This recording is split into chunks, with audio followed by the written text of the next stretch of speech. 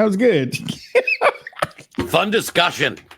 You know what? Let's talk about Rhodesia next. Let's go. I was talking to somebody this morning about our show, and they're like, "Man, I really like y'all show. Y'all are shock jocks, man." Really? Okay. All right, I'll take that. But yeah, we're 30 minutes in and we haven't called anybody a retard yet. And Carl, well, let me fix that. Let me fix that real quick. I got a question. Yep. The Democrats are in charge of everything. They even run the Republican Party. Right. Why are Democrats always so angry? You ever notice that? They're always angry. You know what? I got a great answer for you. Because they can't seal the deal. They can't. They think that, just like you said, they're in control of this. They're in control of the media. They probably control a whole lot of the Republican Party. They control the rules. They control. I mean, that's the way it seems, y'all. They control all this, but they can't close. They can't finish the job, and they're really pissing them off, Jason.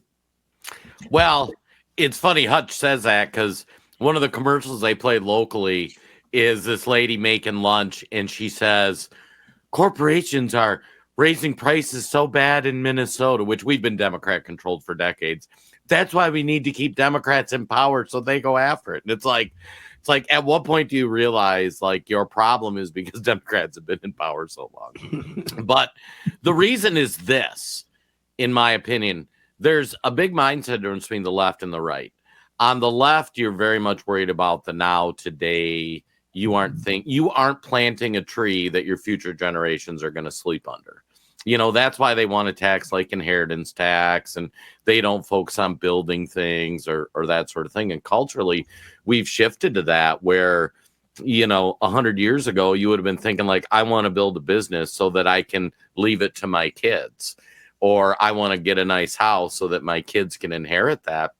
Nowadays, the left, I mean, they aren't even reproducing. So what do they have to look forward to? All they have, somebody like Carl, he's got nothing. He's empty. He's empty vessel. And he's not thinking about his grandkids. He's not doing anything. But no, you think about that. Did he? Right. There's also retards. But if you think about it, we were talking earlier about these kids having kids. If one of my kids had a child out of wedlock, it would be my responsibility as my kids' parents to help take care of those kids, to raise the kid or whatever. Even our grandchild is coming in like 6 weeks. The wife and I have signed up to help provide daycare because we know it's expensive. We've helped pay for some stuff to be done to their house. We don't need the government to do that. We're grown-ass people. I had a conversation with my daughter about, 10, 11 years ago when she was just, I don't remember if she had her first child or not yet. She was either pregnant or she had her first child recently. And she told me that she was going to go on food stamps. And I sat her down and I said, look, why should your neighbors pay for your food? You never even asked me.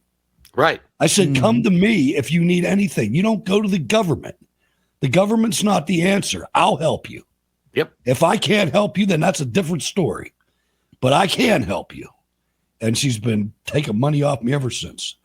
But I mean, Hutch understood that his kid was still his responsibility, no matter what age they were. That's right. And you were righteously offended that she was going to go to look for a handout. And it's one thing if she was going to her local church, because we give a lot of money to our church, right?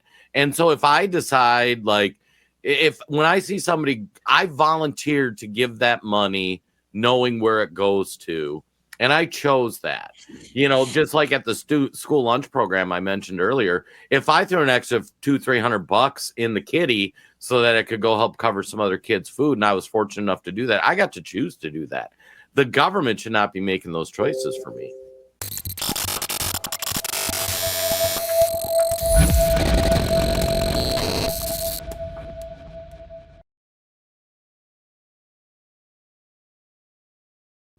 Mike Lindell here, and like you, I see our country being destroyed daily.